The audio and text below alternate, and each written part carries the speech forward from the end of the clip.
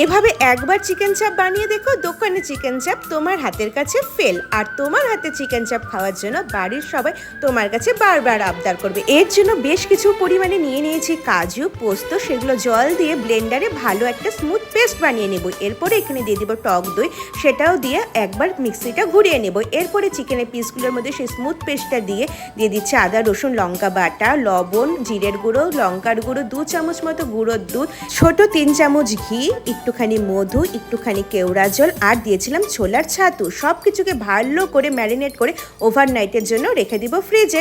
এরপরে পরের দিন কড়াই গরম করে তাতে বাটার আর সাদা তেল দিয়ে গরম মশলা ফোড়ন দিয়ে চিকেনগুলো এপিট উপিট করে একদম লো আছে ভালো করে ভেজে নিতে হবে। তারপরে এর উপর দিয়ে দিব সেই বাকি মশলাটা। সবকিছু মশলা কষে আসলে দিয়ে দিব কেশর ভেজানো দুধ। লাস্টে নামানোর আগে দিয়ে দিব একটুখানি গরম মশলা। ব্যাস, আমি তো পরিবেশন করেছিলাম গরম গরম ফ্রাইড রাইসের সাথে।